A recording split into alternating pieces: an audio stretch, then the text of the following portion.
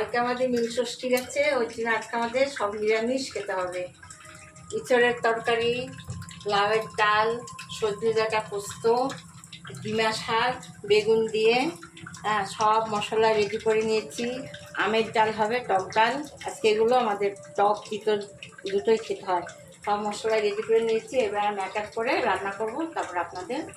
এখন বানাচ্ছি ডিমা শাক।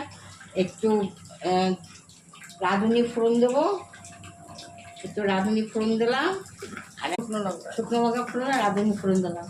এবার আমি বেগুনটাকে ছেড়ে দেবো। বেগুনটাকে ভালো করে ভেজে নিতে হবে। বেগুনটাকে আমি ছেড়ে দিলাম, বেগুনটাকে ভালো করে ভেজে নিলাম। বেগুন ভাজা এবার শাকটাকে আমি ছেড়ে দিলাম। এবার শাকটাকে একটু ভালো করে ভেজে সামান্য একটু মিষ্টি দিয়ে নামিয়ে দেবো। এই বেগুনটা ভালো করে ভাজলাম, তারপর শাকটাও ভেজে নিলাম। এখন হয়ে গেছে, সামান্য একটু মিষ্টি দিয়েছি 1 চিমটে। এবার নামিয়ে দেবো।